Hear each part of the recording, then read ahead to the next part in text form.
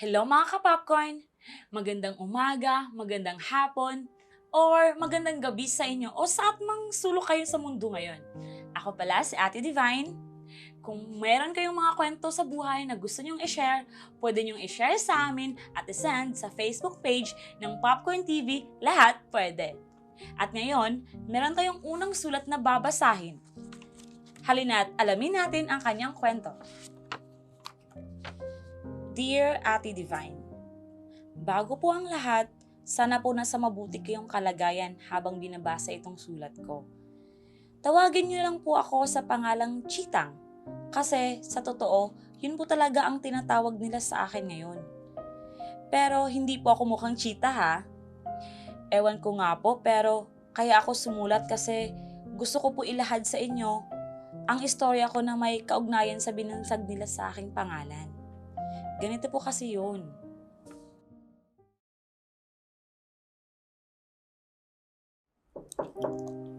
Hi, hello! Kamusta ka na? Hi, okay lang. Anong meron? Tara pa. Hi, Mare! Kamusta ka na? Tumuloy na ako, Okay lang, di naman halata eh. Ano ba kailangan mo? Mare, busy ka ba? Mare? Wala pa naman akong anak ha. Wala ka pa rin namang anak. Paano tayo naging magkumare? In the future. In advance ko lang. Ayos ha. Asip naman gusto kitang kunin Ninang. Ay, joke lang. Ano ba kasi talaga kailangan mo? Wala lang. Kasi di ba makapit-bahay tayo, dapat nagchichikahan. Okay, pero alam mo kasi... Alam mo ba, yung kapit-bahay natin, parating inuumagang umuwi. Baka naman panggabi. Alam mo ba, marami pa siyang kinakausap ng mga lalaki. Malay ba natin kung kamag-anak or kaibigan lang? At eto pa, ang dami niyang alahas.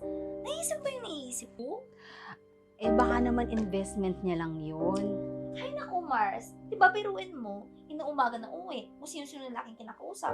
Tapos, ang daming arahas, naisip mo ba yung iniisip ko? Ha? Hindi. Naku ba, ang ina naman ng radar mo? Meaning, bayarang bakla. Huy, grabe ka ha. Napaka-chismosa mo. Napaka-judgmental mo. Huy, grabe ka. Bayarang bakla agad. Oh, ayan ka tuloy. Tama ka dyan, Jen. Naku, basta, sinasabi ko sa'yo. Gusto niya nga lagi makipagkwentuhan sa akin eh. Siyempre, ako naman, ayoko. Baka makita ako ng ibang tao. Anong isipin? Isipin nila. Okay, siya, sige na. Baka mamaya may makakita sa atin na magkausap tayo. Isipin pa, chismosa ako. Bakit naman? Syempre, kausap kita ngayon eh.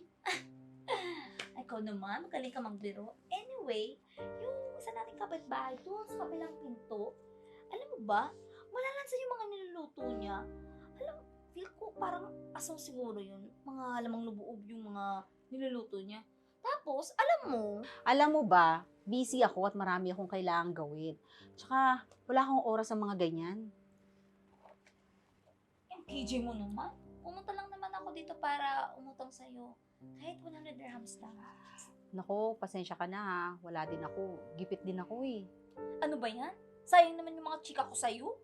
May bayad ba yun? Sorry pero hindi ako interesado sa mga chika mo eh. Ay, dyan ka na nga. Hoy, pakisarado yung pinto, please.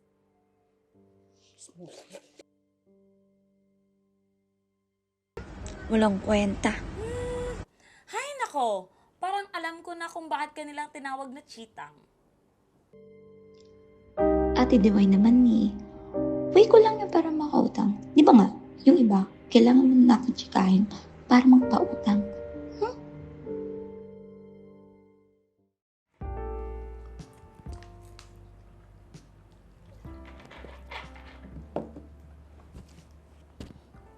Alam niyo ba, yung kapitbahay nating si Jen, parati na lang may kaaway. Di ko nga alam kung sino yung kaaway niya eh. Sinisigawan niya pa. Hay nako, at ito pa. Alam mo ba, nanabanggit niya sa akin na marami ka daw lalaking kinakausap. Ang trabaho mo raw ay, sorry to say ha, bayarang bakla. Nako, si ate mo girl, insecure sa ganda mo, Mars. Nako, maraming lalaki talaga ha. Saka, bayarang bakla. Excuse me ha. Mga pinsan ko ang pumupunta sa amin dahil meron kami negosyong alhasan. At saka, sila ang pumupunta sa akin dito para mag-deliver ng mga alahas. Naku, sabi ko nga sa kanya eh, huwag siyang judgmental. Ay, it's very bad. At alam mo ba, nang bakit niya sa akin na yung mga niluluto mo eh, mababaho at malalangsa. Ano ba? Sinabi niya na may lahi raw ikaw aswang. Ay, naku. Baka-hard, no? Well, sinabi ko nga sa kanya eh, na huwag siyang ganyan. Kasi, di ba, tayo ay magkakapitbahay. Dapat hindi tayo nagsisiraan. Dapat tayo ay nagtutulungan. Di ba? Talaga? Sinabi niya yun? Mababaho mga niluluto ko? Malamang, marami akong nilalagay ng spices kaya ganun. Oo. Tapos, sinabi ko nga sa kanya yan. At saka, pero inyo, hiningi ko siya ng utang niya. Ay, ayaw akong bayaran. Kaya ako, ito ngayon, gipit. Hindi ko alam kung saan ako kukuha. Baka naman, pwede mo ako po utangin dyan. Total, marami ka naman datong. Man pala yung babaeng yan. Sige, mamaya, papautangin kita. Tagay! O, diba, ate Divine, dahil sa chika ko, papautangin ako. Ay, nako. Sige na, itutuloy ko ng pagbabasa bago ako mag-comment dyan sa sinasabi mo. Yun ka pa? Mabuti, mabait ka pa, friend. So, best friends na tayo, ah. Ayun na siya!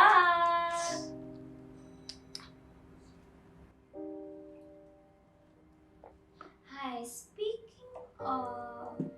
Hi, good evening. Maraming lalaki ha. At saka, bayarang bakla. Aswang pala ha? Ha? Anong sinasabi niyo? Ikaw, hindi namin pinapakialaman yung buhay mo. Huwag mo rin papakialaman ang buhay namin. Ako? Bakit? May iba pa ba? Okay. Pwede makishot? Alam niyo, may chika din ako sa inyo. Eto, totoong chismis. Alam niyo ba, meron isa dyan, nagpunta sa bahay ko, at alam mo ba ang sabi? Ikaw daw, marami ka raw lalaki. At saka, bayarang bakla ka daw. At saka, alam mo, ang sabi pa niya, ikaw daw, may lahing aswang ka daw. Di ba, Ate Divine? Ha? Oo nga. Ito nakasulat dito. Oh. Walang hiya ka? Ikaw pala ang chismosa? Ikaw palang may sabing aswang ako, punyeta ka. At saka eto pa, alam niyo ba, ang sabi niya sa akin, kayong dalawa daw ay magkarelasyon, isang tomboy at isang bakla, kaya daw walang kwenta mga buhay niyo. Wala ko sinasabing ganyan, ha?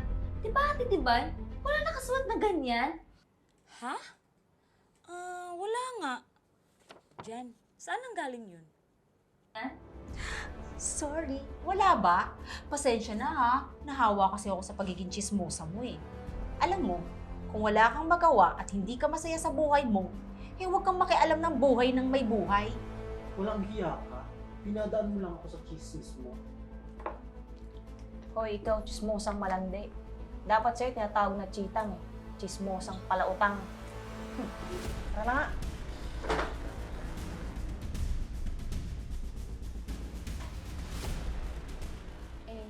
Ayun na nga, ate Divine.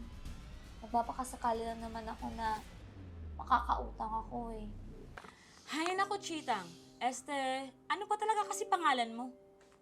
Anyway, ipiin mo na lang sa akin kung ayaw mong ipaalam sa kanila. Alam mo, hindi magandang ugali ang pagiging chismosa. Tapos, sasabayan mo pa ng pangungutang. Nakakasira na nga ng buhay ang pangchichismis. Nakakaperisyo ka pa sa pangungutang. Alam naman natin na lahat tayo ay may pangangailangan, di ba? Kung ayaw mong tawagin ka nila sa ganyang bansag, baguhin mo ugali mo. Matuto kang magtrabaho ng maayos para hindi ka na mangungutang. At huwag ka nang gumawa ng mga hindi totoong istorya. Lagi mong tatandaan na gumawa ng mabuti sa kapwa at matakot sa karma. Hay, oo. Tama ka nga. Wala na nga akong kainuman eh. Tara, Ate Divine. Shot tayo. May chichika ako sa'yo. Hay nako, dadamay mo pa ako. Bahala ka dyan.